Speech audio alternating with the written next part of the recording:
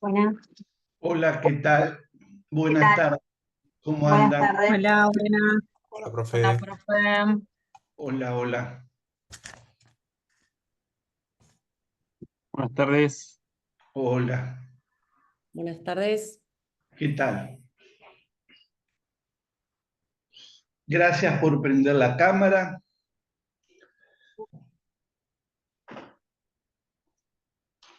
Aprovechemos si hay alguna pregunta sobre lo visto en las clases anteriores o sobre el examen parcial que se está desarrollando.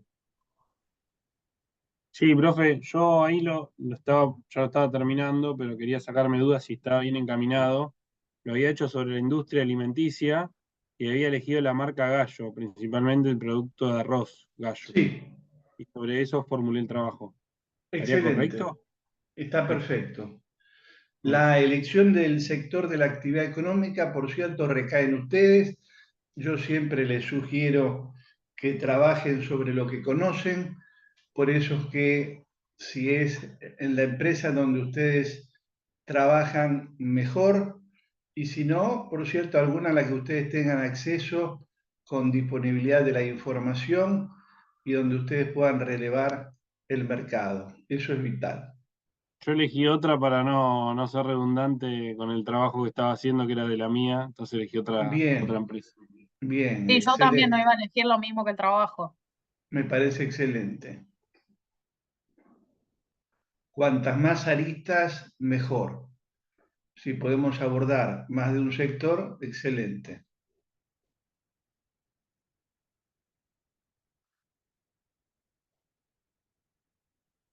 Profe, tengo una consulta. Adelante, Eh, Rocío. sí, esto estoy leyendo el parcial.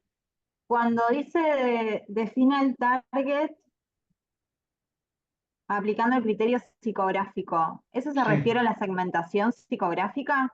sí, Ah, ok, listo.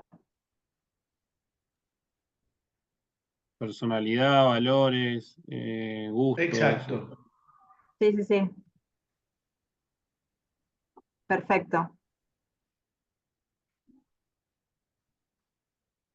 Estilo de vida, tiene que ver con todo eso. Tal cual. Ok.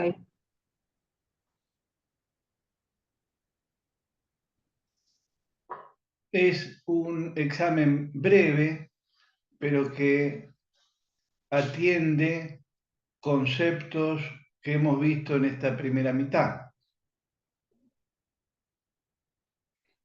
y conceptos que son vitales para el marketing, como el tema de segmentación y posicionamiento que precisamente en la clase pasada vimos. Profesor, buenas noches, ¿cómo le va? Hola, ¿qué tal, Alberto? Cuando usted dice breve, ¿se dice que no explayemos mucho en los conceptos o a una cantidad de carillas delimitada?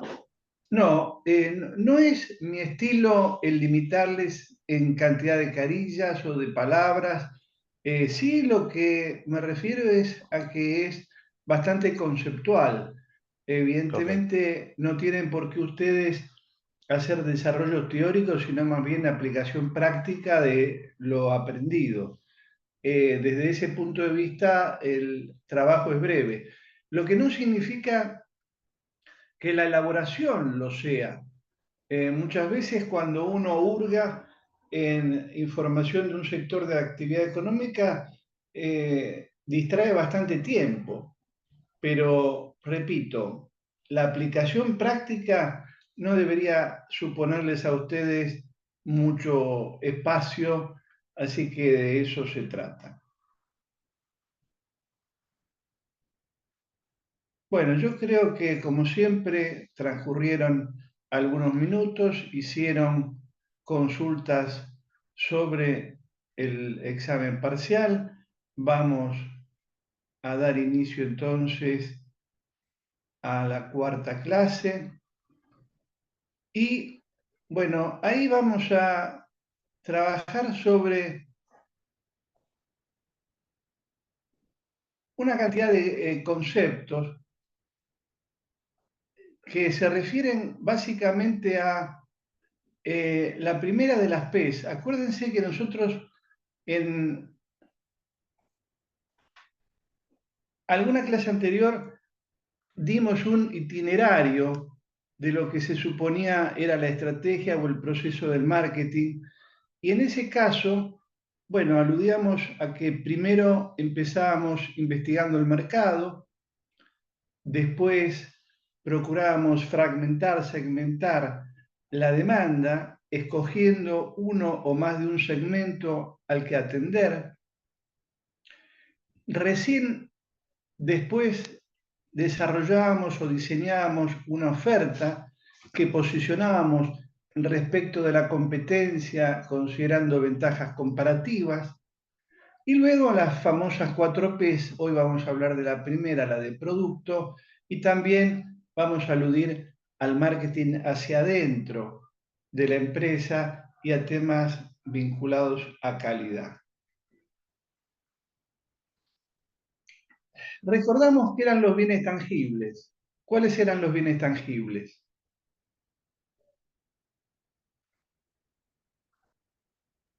Aquello que ser. podemos identificar por los sentidos, ¿no? Claro, aquello que era perceptible a través de los sentidos. Fantástico.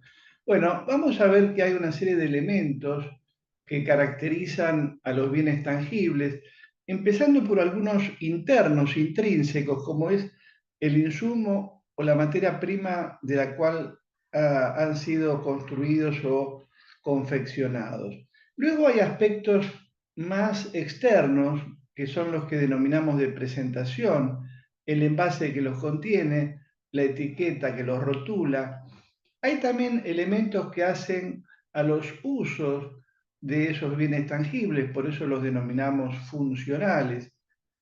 Luego tenemos elementos de identificación, la marca, la patente, el isólogo.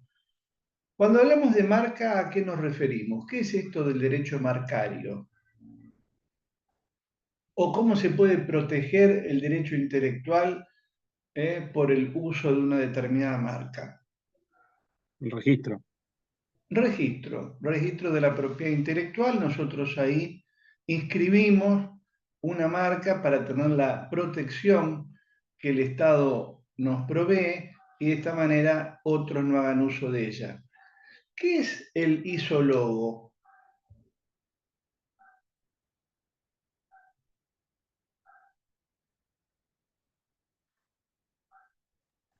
Es una característica distintiva gráfica que se asocia a una marca. Bien, cuando hablamos de ISO nos referimos al símbolo, a la representación gráfica, al dibujo, y cuando hablamos de logo nos referimos al nombre, en este caso del producto. De imagen, bueno, tenemos beneficios, el prestigio, la diferenciación, bueno, son aspectos o elementos de los bienes tangibles que tienen que ver con la imagen.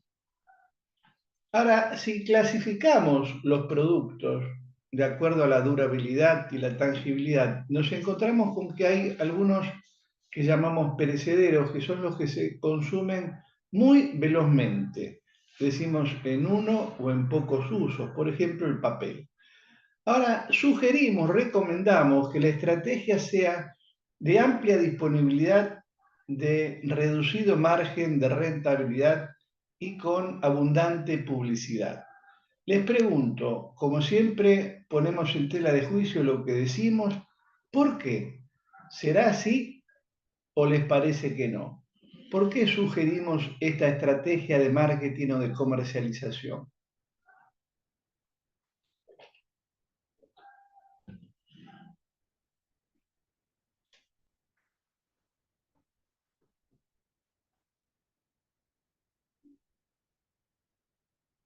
A ver, María Magdalena, que está callada. Vamos a hacerlos hablar un poquito, así no nos encontramos tan solos. Acá, profe, se refiere, bueno, disponibilidad amplia, pues como el margen es pequeño, entiendo que es un producto de venta masiva, entonces vamos a obtener, como el margen es pequeño por cada uno, necesito generar mi negocio por volumen. No sé si hacía referencia a eso.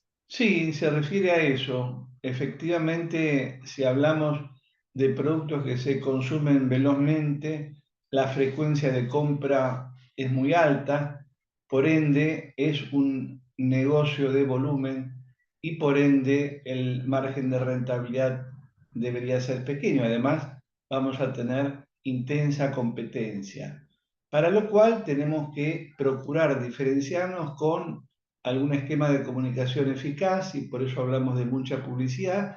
Y disponibilidad amplia es para que esté a la mano del consumidor con negocios de cercanía. Los productos duraderos son los que tienen un uso prolongado. Ahí damos el ejemplo de una herramienta.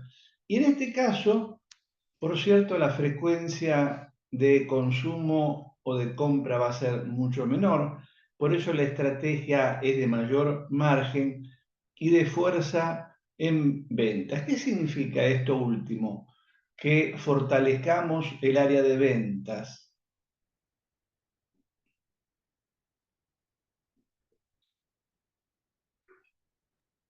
Siempre reflexionemos acerca de lo que vamos compartiendo y cuestionémoslo.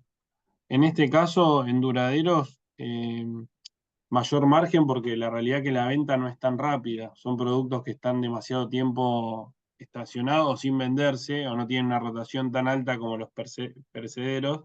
Entonces necesitas que por lo menos sea rentable tenerlo. Si no, en el tiempo, tener un producto parado y que encima no sea rentable es pérdida de plata. Bien, ¿y por Pasa qué? mucho en los supermercados, por ejemplo, no sé, la ropa. No es algo que Claro, tiene alta rotación como una harina o como un paquete de arroz. lógico. ¿Y por qué decimos que hay que fortalecer el área de ventas? En el sentido de la capacitación, porque es un producto que tiene mayor complejidad que el papel para venderlo, por ejemplo, porque Claro, tiene el, mayor costo, digamos, también para el cliente. el perecedero se podría decir que se vende solo. El duradero, en cambio, necesita del asesoramiento y por eso es que el vendedor tiene que estar preparado para brindarlo. En parte, entonces, de la venta tiene que ver con el buen entrenamiento de la fuerza de venta. Y luego En- los servicios, sí, no, que obviamente en un producto técnico, un producto específico, en el proceso de compra del cliente, va a llevar mucho más tiempo ese proceso. Va a tener creo que los vimos ya como 5 pasos antes de la compra de un producto específico, mientras que el Una, producto una perecedero maquinaria, es ¿no? automático. Una exacto, maquinaria. exacto, tal cual. Y por último, los servicios que sabemos son intangibles y en donde la estrategia debe pasar por un muy eficiente control de calidad. ¿Por qué afirmamos esto? Siempre nos preguntamos por qué. Por la posventa. Una decepción de posventa de un cliente no colma las expectativas que tiene sobre ese producto. Exacto, digamos, no nos podemos equivocar. Un intangible defectuoso, bueno, no tiene vuelta atrás, no se puede recuperar. Esto creo que lo comentamos, no hay una segunda oportunidad para una primera mala impresión y esto es irremontable. Hay bienes de consumo de conveniencia donde el precio es bajo y el esfuerzo de venta poco. Hay otros de comparación, como el caso de los electrodomésticos, donde uno, si quiere comprar una heladera, inevitablemente va a comparar determinadas marcas, prestaciones, volumetría, etc.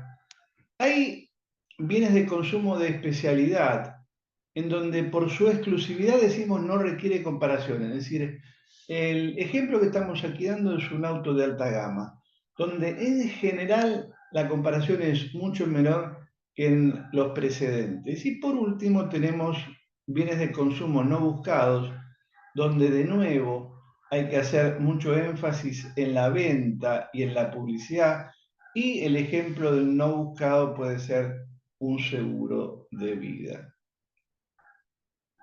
Los industriales también se pueden clasificar, empezando por lo elemental, que es la materia prima, insumos, envases, que forman parte del producto. los bienes industriales de capital, una maquinaria, no forma parte del producto. Y por último, los suministros y servicios que facilitan la fabricación, como puede ser un aceite lubricante, la energía eléctrica, etc. Los productos se pueden jerarquizar de mayor a menor. Acá estamos dando un ejemplo que parte de la recreación, como familia de necesidades. Como familia de productos, un viaje es una de las posibilidades de recreación, por cierto que no la única. Dentro de lo que llamamos clase de producto puede ser un viaje aéreo, también podría ser terrestre o marítimo. La línea de productos es un viaje aéreo en Boeing, que es, como saben ustedes, una de las 3 principales marcas del planeta en la construcción de aeronaves. El tipo de producto es un Boeing 777 y el producto finalmente un 777 de la Boeing de American Airlines. Hay ciertas dimensiones de los productos que tenemos que analizar. La anchura sería en la cantidad de líneas, por ejemplo, desodorantes para hombres. La longitud, como dimensión contraria, es la cantidad de productos. La profundidad, las variantes de cada producto y la consistencia, por ejemplo, que utilicen el mismo canal de distribución. Hay nuevos productos globales, como puede ser cuando en algún momento se introduce un nuevo modelo de celular, globales porque salen ofertados para todo el planeta. Hay nuevos productos para un mercado existente, muchas veces hay reelaboraciones o mejoras, adiciones a productos existentes, mejoras. Damos el ejemplo del jabón de glicerina y reposicionado el ejemplo del Fernet, que decimos originalmente tenía un uso digestivo y después se fue ampliando a la actualidad, que es un uso más social. Cuando hablamos de envase o de etiquetado, tenemos que aclarar que en ambos casos tienen objetivos y funciones determinados. En el caso de el envase y el etiquetado, en ambos casos producen identificación. También colaboran en la promoción. El envase adicionalmente sirve para proteger el producto y para facilitar el transporte y almacenamiento. Y en el etiquetado brindan información y cumplen normativas. ¿Podemos dar algún ejemplo de esto último? De la información que brinda el etiquetado o el cumplimiento de normativas. Lo de los códigos que están ahora para los etiquetados de la comida, ¿no? Claro, De los que hexagonales. octógonos. Los octógonos. Efectivamente. Bueno, eso es cumplir normativas. Y fíjense ustedes, cuando aparecen los ingredientes, bueno, ahí estamos proveyendo información. Ahora, podemos hablar de niveles de producto, empezando por el genérico o básico, y luego siguiendo por el esperado por el cliente. Acá se puede abrir una brecha y tenemos que procurar cerrarla. El gap entre lo que uno oferta y lo que el cliente espera. Lo ideal sería que fueran equivalentes, que lo que la empresa está ofreciendo sea exactamente lo que el cliente espera, pero esto no siempre es así. De ahí que hay, bueno, encuestas que uno formula para atestiguar el nivel de satisfacción. Entonces, esto lo tenemos que monitorear, pulsar, para el hecho de que se cierre, repito, la brecha entre lo ofertado y lo demandado. Tenemos un nivel de producto mejorado, que es tomar el genérico y adicionarle algunos pluses, en este caso para diferenciarnos de la competencia. Acuérdense cuando hablamos, por ejemplo, de ventajas comparativas, Bueno, podemos hablar, por ejemplo, de productos mejorados, productos que aventajan a la competencia a través de estos pluses. Yo hoy doy el ejemplo de un transfer gratis. El transfer o transferencia es el transporte o traslado de una persona desde el lugar de arribo a un lugar de alojamiento, por ejemplo. Bueno, en el caso de que un hotel proporcione esa transferencia de manera gratuita o free, bueno, estaría aventajando seguramente a sus competidores que usualmente no lo hacen. Y por último tenemos el nivel de producto potencial, donde influye la interacción, decimos, con el cliente y el entorno.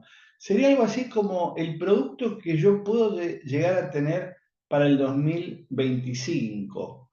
Para lograr esa interacción, una de las herramientas o de los instrumentos que podemos utilizar es la del grupo foco, el que tiene ciertas características que son ¿cuáles?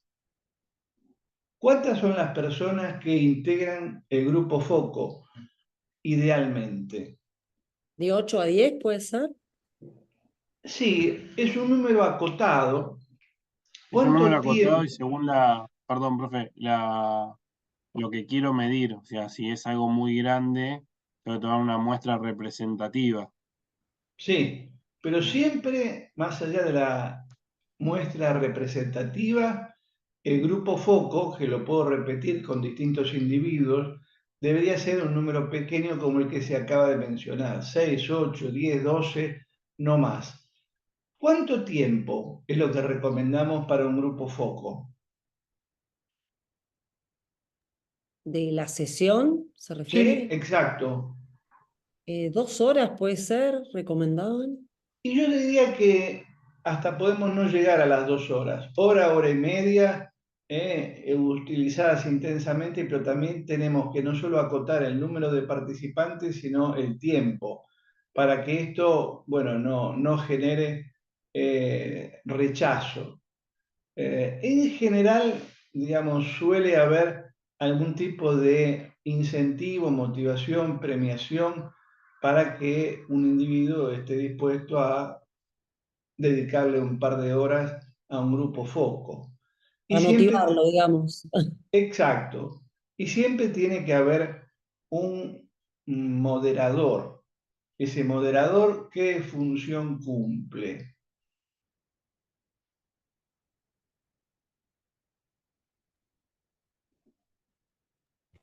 Depende cómo sea la actividad, entiendo que quizás puede guiarla un poco, o coordinar lo que espera que suceda, Sí, o dar una consigna, por ejemplo, para que... efectivamente, puede orientar, puede asesorar, puede monitorear, puede asentar lo que vaya surgiendo, puede provocar que la mayoría de los individuos se manifieste, quitarle el micrófono al que intenta monopolizar la palabra, evitar hostilidad entre los miembros. Bueno, para todo eso sirve el moderador. Sería un representante de la empresa, por cierto.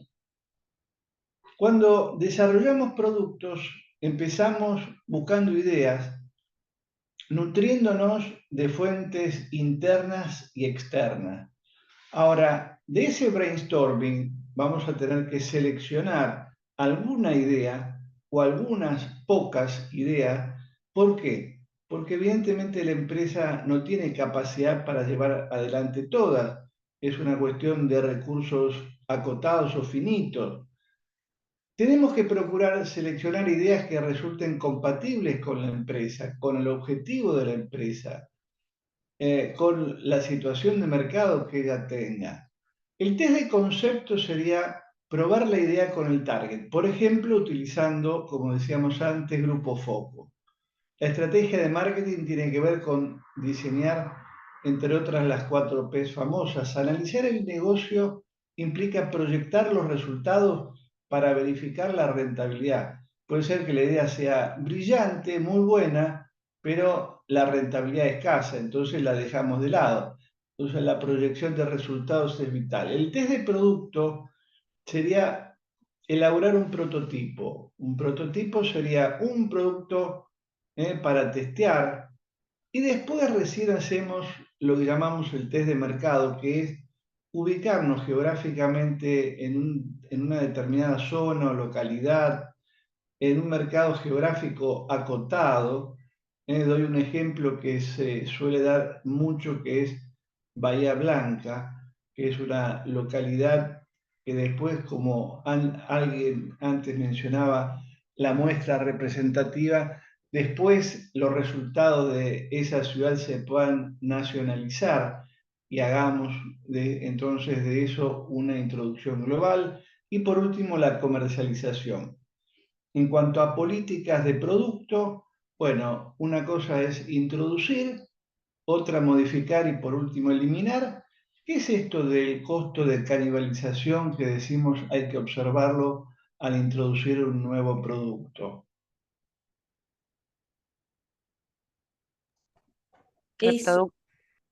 perdón. Sí, No, no, vos, Estefi. No, perdón. dale, perdón, dale. Me No gusta sé. que se peleen. No, nunca con Estefi. Eh, Puede ser que es cuando entre los propios productos de la empresa haya alguna disputa, a esa canibalización. Sí, ¿Quiere? lo que significa es que cuando yo introduzco un nuevo producto, tengo que verificar que este nuevo producto no me canibalice, no me coma, no me reduzca la venta de un producto ya existente. ¿Por qué? Porque el negocio puede ser bastante magro. Yo cuando introduzco un nuevo producto es pensando en aumentar la facturación, en aumentar la rentabilidad, pero la idea es que si el nuevo producto se va a comer al anterior, bueno, por ahí no estoy efectivamente aumentando la facturación o la rentabilidad. Bueno, de esto un poco se trata. Siempre hay cierta canibalización. El tema es testear si la sumatoria finalmente es positiva, me refiero al producto anterior y el nuevo producto, y si puedo prolongar la vida del producto anterior. De esto un poco se trata.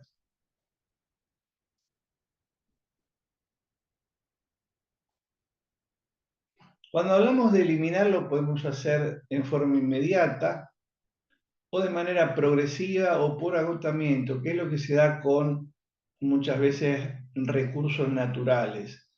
El mix de productos es otro concepto interesante y decimos, un producto puede no ser rentable, pero puede contribuir a la competitividad de la empresa. El servicio de habitación, en el caso de un alojamiento, es un caso típico. Normalmente no proporciona gran rentabilidad, pero si no lo tenemos, estamos perdiendo respecto de la competencia. Por eso hablamos de la contribución a la competitividad de la firma. Los beneficios de la marca, antes hablábamos de la marca, bueno, se refieren a la identificación y la fidelidad. Algunos, no todos, pero algunos requisitos de la marca es el sugerir cualidades, el tener facilidad en la pronunciación y recordación y la registrabilidad. ¿Por qué decimos facilidad de pronunciación?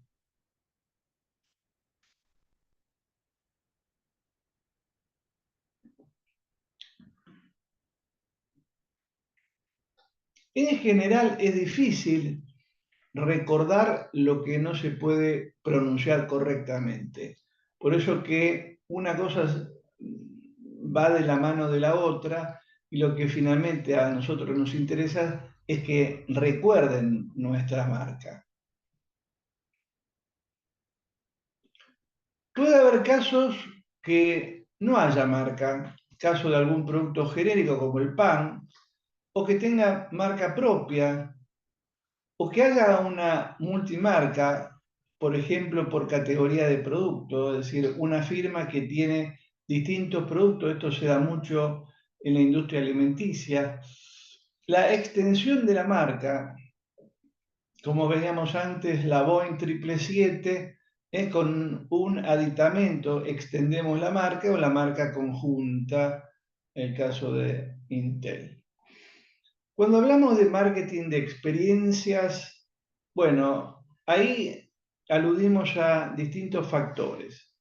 Algunas sensaciones que nos permiten estimular los distintos sentidos, sentimientos que nos proporciona, en este caso, la experiencia, alegría, orgullo de pertenecer, pensamientos, la resolución de problemas, actuaciones, el uso de personajes famosos o relaciones, mencionar o aludir a un grupo de referencia, en lo aspiracional. El marketing de emociones busca, decimos, un vínculo afectivo con los usuarios y es parte del marketing de experiencia. A ver si ustedes coinciden con algunas de estas afirmaciones. Por de pronto esta parece bastante obvia cuando decimos el personal forma parte del producto y más cuando se trata de un producto intangible, ¿no es cierto? Ahora, observemos la segunda. Decimos, existe una correlación entre la satisfacción del cliente y la del personal. Y esto influye, modifica, afecta la rotación. ¿Qué es lo que queremos decir acá? Si el cliente, si el personal que trabaja en la compañía, entiendo yo, está satisfecho, hay un buen clima de trabajo, está conforme, digamos, si trabaja tranquilo y cómodo, esto va a repercutir en la experiencia del cliente, que va a ser buena. Y la rotación entiendo que se entiende a que va a haber menor rotación de empleados si el clima es bueno, las condiciones laborales y demás, por lo cual, bueno, termina siendo un círculo virtuoso. Exacto. Y por supuesto que lo que vos acabas de mencionar se da también en el caso contrario. Y se da en los dos sentidos. ¿eh? Obviamente que por eso decimos que hay como vasos comunicantes entre el cliente y el personal que lo atiende. El manejo de situaciones inesperadas diferencia a empresas regulares de las excelentes. Evidentemente, esto también se da cuando la situación es normal, de rutina. Bueno, todas las empresas reaccionan adecuadamente. El tema es cómo reaccionar cuando la situación forma parte de lo inesperado, lo impredecible. Bueno, ahí es donde vemos la respuesta de empresas de mejor factura. La publicidad negativa supera la positiva. ¿Por qué?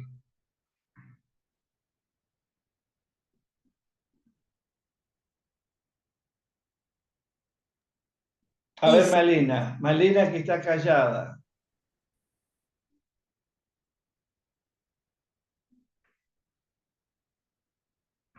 ¿Qué es esto de la publicidad negativa?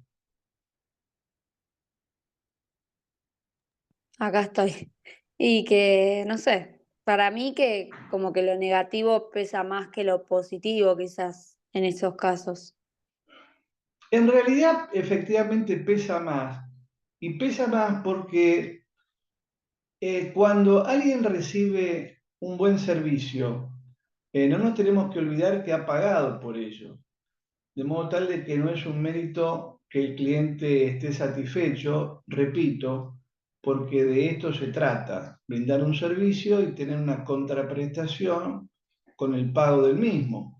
En cambio, cuando brindamos un mal servicio, cuando entregamos un mal producto, evidentemente esto no es lo esperable porque hay una defraudación a la expectativa del cliente y por ende hay una hostilidad, hay un deseo de que esto se sepa para evitar que otros sean engañados. Por eso es que la publicidad negativa supera a la positiva. La publicidad positiva es la norma, la publicidad negativa es la excepción. La retención de clientes, esta última es tal vez la más difícil de entender, por eso amerita que demos algún ejemplo. ¿Por qué decimos que la retención de clientes genera un efecto más que proporcional en la rentabilidad? Por el costo de captura de un cliente nuevo. Si quizás se me Sí, va, ese costo es tan alto que, bueno, por eso. digamos. Bien. O sea que si yo digo que tengo una expectativa para el 2025 de retención de un 10% de mis clientes actuales, bueno, seguramente el impacto en la rentabilidad va a ser de un 20%. Es decir, siempre hay un efecto más que proporcional, efectivamente, por lo que Estefanía nos ha comentado. Gestionar el conocimiento es un proceso en el cual decimos que el conocimiento individual se documenta y se comparte. Esto no es algo que suceda muy a menudo, menos en el área de ventas, donde por idiosincrasia los vendedores son bastante individualistas. Pero la empresa tiene que procurar la democratización del conocimiento y que se comparta entonces entre los distintos individuos que forman parte del plantel. Decimos que de la misma manera que las empresas miden el retorno sobre la inversión, bueno, en esta era que es la del conocimiento se debe medir el retorno sobre el talento. O sea, invertimos en talento, bueno, ¿cuál es el conocimiento generado? ¿Cuál es el producto elaborado? La atracción y retención de talentos no se logra solo con cursos, sino trabajando, decidiendo y equivocándose. Hay un proceso de marketing interno, entre otros, que implica establecer una cultura de servicio, así como en una estructura convencional. El personal, decimos, trabaja para complacer a sus superiores. En una cultura de servicio, evidentemente, el personal trabaja para complacer a los clientes, que de esto se trata. Desarrollar acciones de marketing. Atracción y retención, de la misma manera que nosotros lo hacemos para con los clientes, tenemos que ser capaces de seducir, de atraer a personas que estén interesadas en trabajar para nuestra empresa y retenerlos. Seleccionar por actitud. Decimos que muchas veces las técnicas se aprenden, pero la actitud no es copiable. Alentemos o procuremos que haya formación cruzada. Ahí damos un ejemplo de algo que hace la corporación Disney, donde permite que sus mejores empleados elijan a otros. Difundamos información al personal. Estimulemos, por ejemplo, a los empleados a probar los productos. Tienen que ser cada uno de los empleados vendedores del producto, aunque no estén estrictamente asociados a la venta como departamento.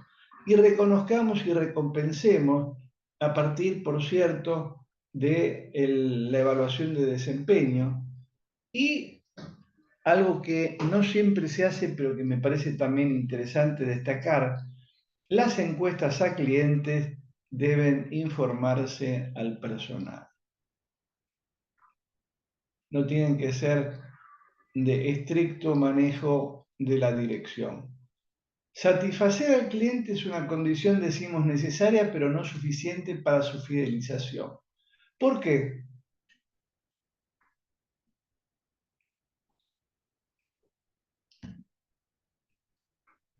Lo puede tentar de todas formas la competencia por precio, digamos, seguirse. Fidelizarlo es más, no es solo cumplir, sino darle algo adicional que haga que nos elija. Exacto. Aparte va a estar limitado por su poder de adquisición. Sí, Yo puedo querer una Ferrari y no puedo comprarla.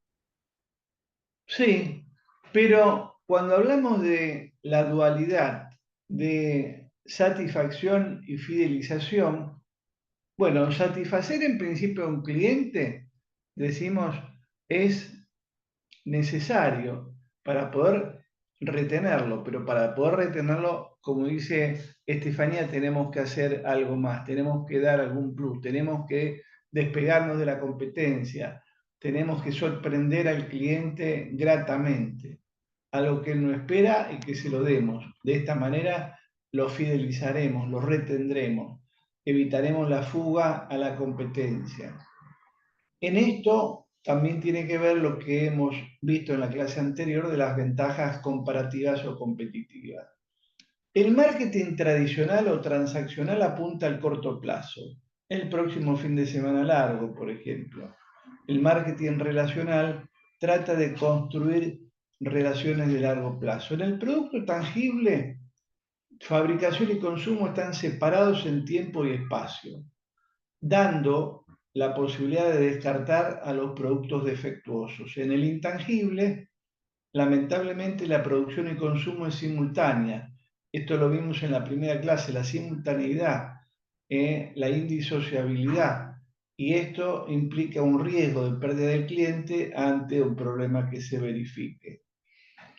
Hay empresas que otorgan garantías, algunas de manera incondicional. Por ejemplo, hay una cadena estadounidense de alojamiento que hace una devolución del 100% de lo pagado por insatisfacción. Hay garantías específicas que están orientadas, por ejemplo, a un departamento, damos el ejemplo del equipo audiovisual en un evento, y hay otras garantías que son implícitas. Es decir, yo sé que la empresa va a responder en el caso de que haya algún problema. No me lo explicitó, pero tengo algunos indicios, ya sea por contactos o por experiencias previas, de que va a haber tal respuesta. Para medir la satisfacción se pueden utilizar distintos métodos. Algunos son muy tradicionales y esquemáticos, como el sistema de quejas y sugerencias, otros que se siguen utilizando aún en el mundo digital, como las encuestas, pero claro, tenemos un problema, y es que un porcentaje relativamente pequeño de los clientes se quejan, y también un porcentaje relativamente pequeño de los clientes responden a encuestas. La mayoría decimos cambia de proveedor, por eso tenemos que tener estrategias un poco más eficaces para poder captar la insatisfacción. Así como hablábamos de niveles de producto, también tenemos niveles de marketing. Hay uno al que denominamos básico, que no requiere o no implica seguimiento alguno. Luego tenemos un nivel adicional, que es el reactivo, donde animamos al cliente a quejarse. ¿Vieron ustedes cuando en un restaurante un mozo se apersona y nos pregunta, ¿todo bien? Bueno, eso daría lugar a que yo tal vez le dijera sí, pero un poco tibio, demasiado salado. Es decir, se anima al cliente a quejarse. El responsable es donde lo convocamos al cliente. El proactivo lo hacemos periódicamente, tratando de no fastidiarlo, por cierto. Y el de sociedad es cuando trabajamos con el cliente para mejorar, y acá de nuevo el ejemplo que supimos dar de Grupo Foco. Tipos de beneficios al cliente pueden ser económicos, pueden ser sociales o pueden ser estructurales. Ventajas de fidelizar. Bueno, menor costo, esto ya se dijo. El hecho de evitar el costo de captación de un nuevo cliente, de promoción, de comunicación, de publicidad. Bueno, esto supone un abaratamiento en el costo. También una menor sensibilidad a precio. Esto significa que cuando nosotros aumentamos, siempre que lo hagamos de manera razonable, una cosa es que pues aumentemos un 10, un 15, siempre hablamos en términos reales, no en términos nominales. Bueno, no vamos a tener de parte del cliente fiel una fuga a la competencia instantánea. Es decir, la tasa de fuga va a ser muy inferior a la de aumento de precio. Aumenté un 20% y un 5% me abandonó. Esto significa una menor sensibilidad a precio. La recomendación, el boca a boca famoso, y mayores compras. Esto es algo que se estudió en más de una oportunidad, en la que los clientes fieles tienden por esa fidelidad, por esa satisfacción, a mayores compras en la empresa de la que se trate. La calidad puede ser técnica, funcional o social.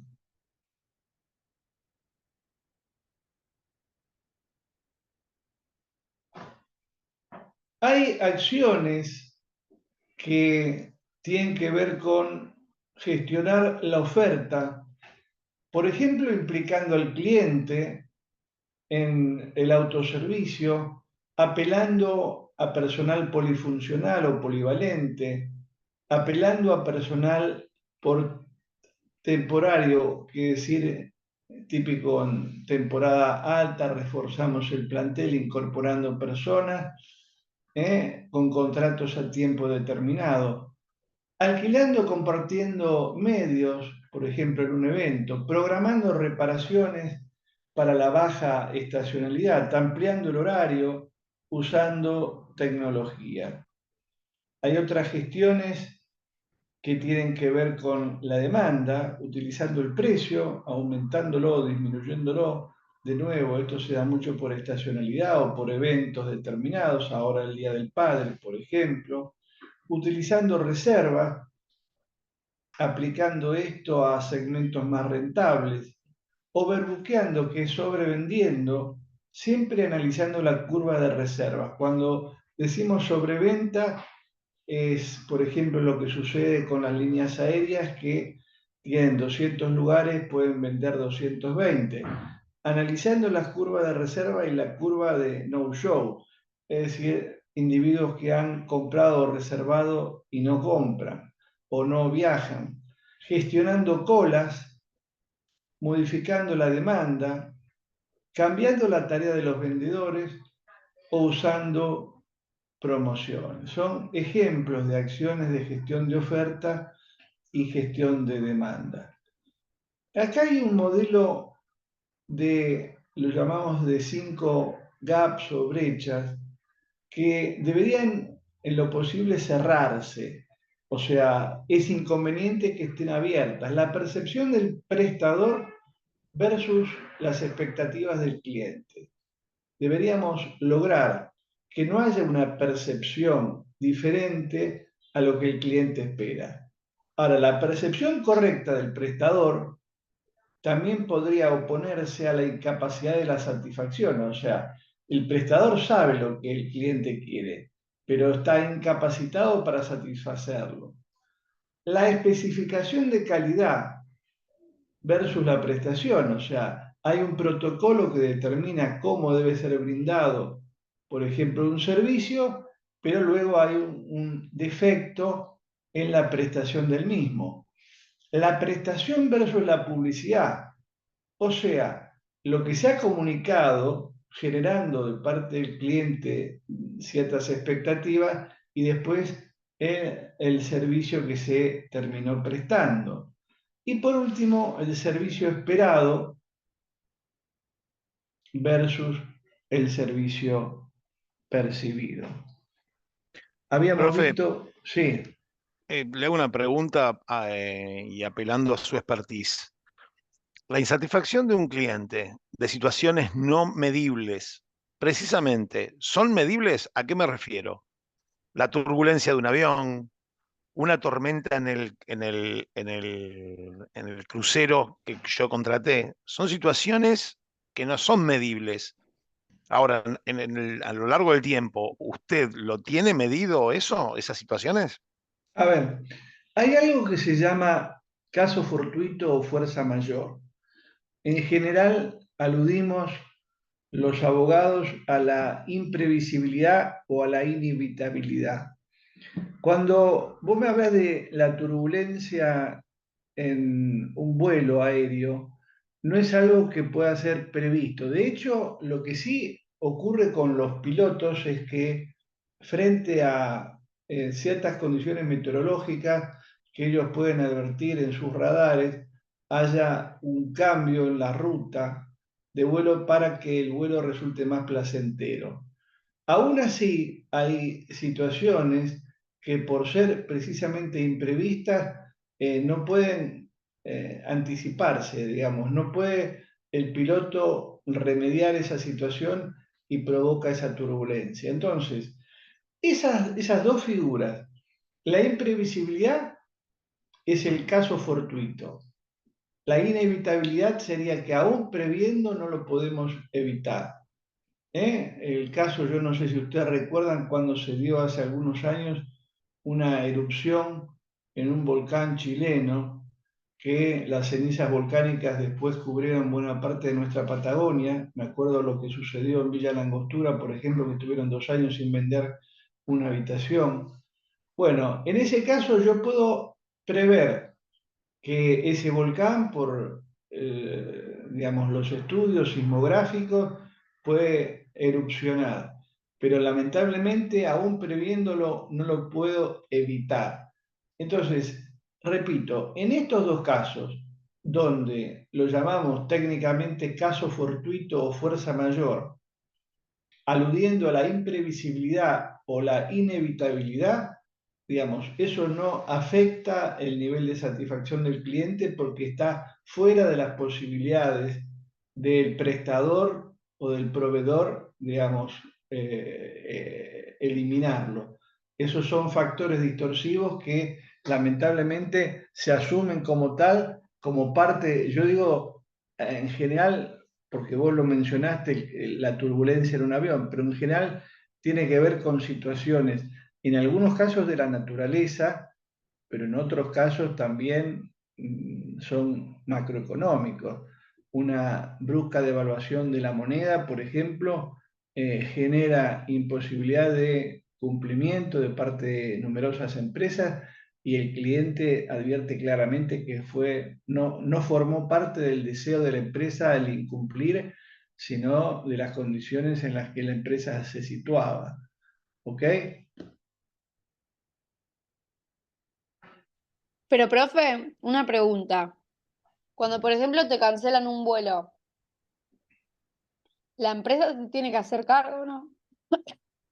A ver, hay normativa del Código Aeronáutico en el caso de la Argentina y de ciertas resoluciones de la Secretaría de Transporte y también en otros países o en otras regiones como la Unión Europea, donde se determina en qué casos la compañía aérea tiene que responder.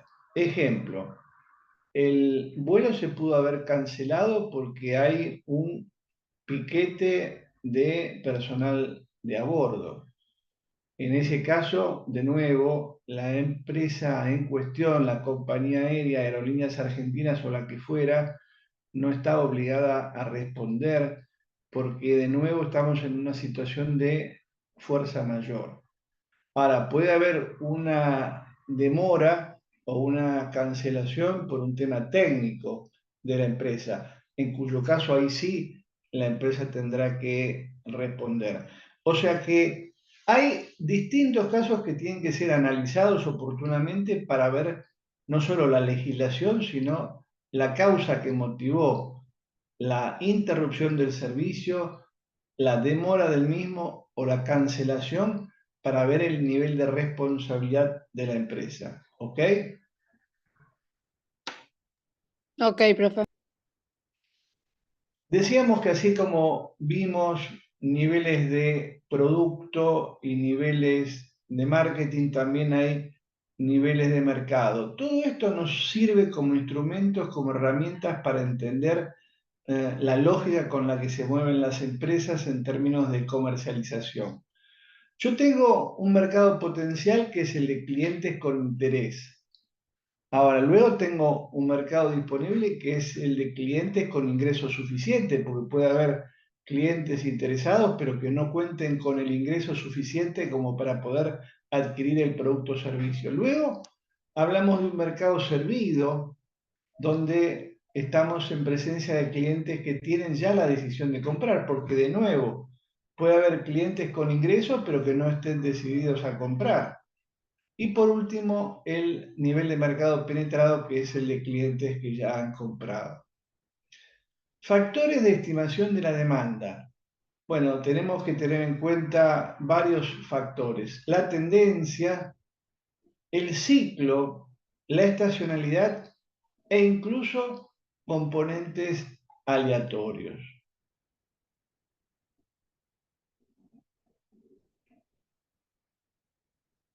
Bueno, permanecieron invariables los 10. Veo que logramos concitar el interés. Preguntas finales de esta clase que estaría a punto de concluir. De la clase no, pero si puedo le hago una consulta sonsa del parcial por las dudas. Dale, hubo algunas consultas que me hicieron al comienzo. No sé si estabas vos presente. Me parece que no. Bien, adelante, Estefanía. Perdón. La primera parte que habla de segmentación psicográfica. Sí. En la teoría lo vimos como la parte psicológica, nos referimos a esa parte, ¿no? Intereses y demás. Exacto, No, absolutamente. Sí, listo, son por las dudas. sinónimos. Son Gracias. sinónimos. Bueno, ¿algún otro? Alberto. Sí, no, psicográficas, sí, actividades también puede ser, digamos, percepción sobre las actividades. Bien. Bueno, ¿alguna otra duda, alguna otra pregunta? Gente, un placer estar con ustedes. Espero que aprueben todos el examen. Lo hicimos sencillito para que no hubiera problemas. Así que Dios mediante, estamos en un par de días corrigiéndolo y dándole la nota. Muchas gracias por estar en esta noche compartiendo esta clase. Nos vemos el lunes que viene. El lunes que viene es feriado. ¿Lo tienen? ¿Lo Sí, es tenemos? feriado. Sí, es Bien. verdad. Sí, feriado. Yo voy a dar la clase igual. Así que el que quiera seguirme, bueno, va a ser un placer. Y el que no, verá video grabada la clase a continuación. Así que no se cierra ni aún siendo feriado. Muy amable, profe. Bien. Bueno, bien. chao, Gracias. buena Profe, semana. gracias. Nos vemos, buena semana. Chao. Buena semana.